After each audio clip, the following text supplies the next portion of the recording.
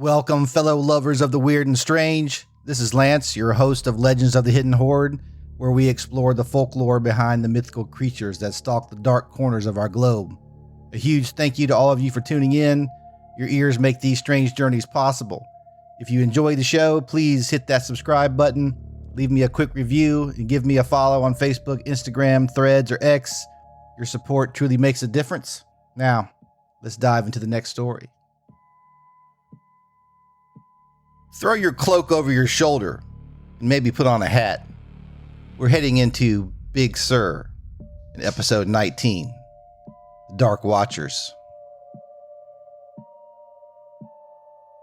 In the dark folds of the Santa Lucia Mountains, where the Pacific's breath meets ancient rock, and the trails of Big Sur wind like veins through fog-shrouded ridges, the Dark Watchers have endured as silent guardians of California's central coast.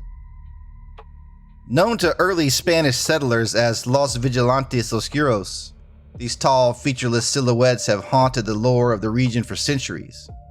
Tall humanoid forms in wide-brimmed hats and flowing cloaks, often clutching a staff, standing motionless on impossible peaks at twilight or dawn.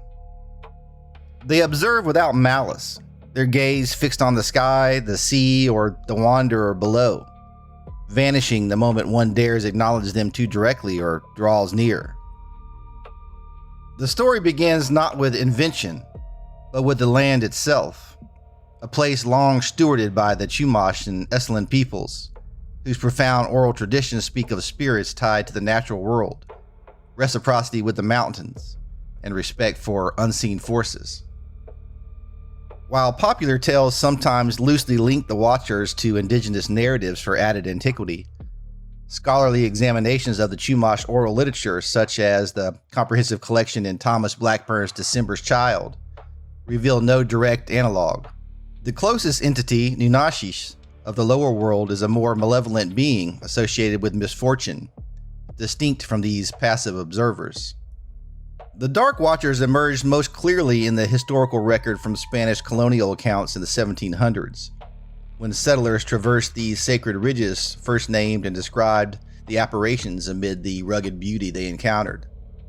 The blending of cultural lenses, indigenous reverence for the land's mysteries, and later colonial wonder enriches the folklore without erasing the distinct voices of the original inhabitants. Let's take a journey with a lone hiker named Maria, a scholar of regional history with distinct ties to the land's layered past. She sets out on a twilight trail in the Santa Lucias one evening in late autumn. The air hung heavy with the scent of damp chaparral and salt spray. The sun dipped low, painting the ridges in bruised purples and golds. She had come seeking solitude to reflect on the stories passed down through generations, tales of Los Vigilantes Oscuros that her grandmother, a Big Sur descendant, had whispered as warnings rather than frights.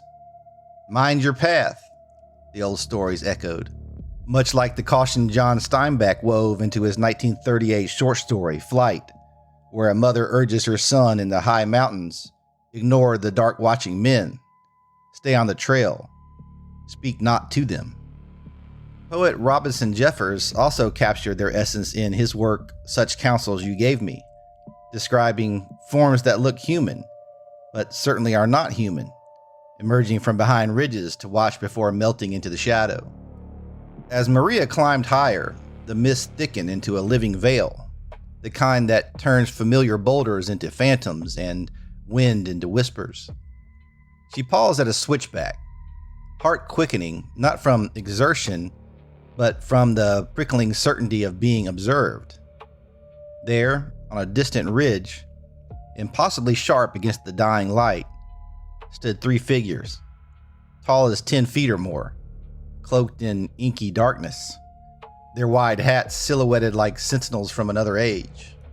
One leaned on a staff, another seemed to gaze seaward as if reading the horizon's secrets. They did not move, they simply watched. Maria's breath caught. Folklore flooded her mind. To stare too long invited disappearance, or worse. In some retellings shared by locals, a subtle shift in fortune, as if the watchers judged one's intent towards the land. Maria recalled other stories. A mid-1960s Monterey High School principal spotting a caped figure on a rock that vanished when he called out to companions. Modern hikers reporting the same on trails near Mount Mingus or Mount Graham in Arizona, where similar silhouettes have blurred the legend's boundaries beyond California. In this edge of twilight, Maria felt the pull of other explanations woven into the mystery. Perhaps these were no cryptids at all, but the broken specter, that optical trick of mountain mist and low sun casting one's own shadow into a giant. Psychologists speak of pareidolia, exhaustion, or infrasound from the wind stirring unease in isolated souls. Yet in the story's heart, such rational lights dim against the dark pull of the unknown. One figure seemed to tilt its head ever so slightly toward her, as if sensing her modern burdens, the weight of the world that maps every trail with satellites yet forgets the land's ancient sovereignty. Maria whispered a quiet acknowledgement. "I see you, and I respect the path," drawing from the deep cultural ethos of the Chumash stewards, who had walked these ridges in harmony for millennia. She turned away, as the lore demands. When she glanced back, the ridge was empty, the mist swirling where forms had been. A loose stone tumbled beneath her boot then, nearly sending her over the edge.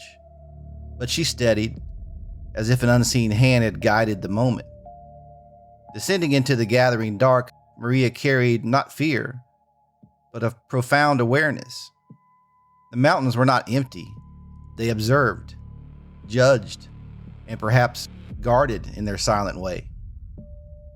The Dark Watchers, whether born of optical illusion, cultural memory, or something truly otherworldly, stand as emblems of eternal tension between humanity and the wild unknown.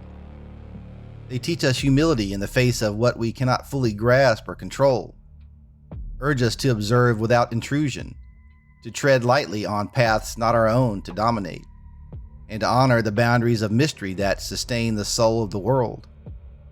In an age of relentless surveillance, ecological unraveling, and the erosion of wild spaces, their presence whispers a warning and a promise.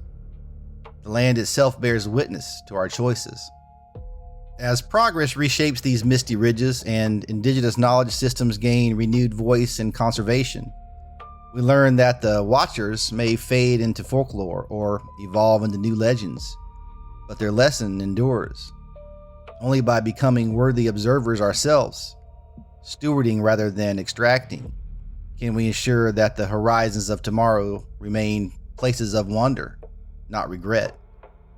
To ignore them is to risk becoming the very shadows we fear, transient and unremembered against the timeless gaze of the earth.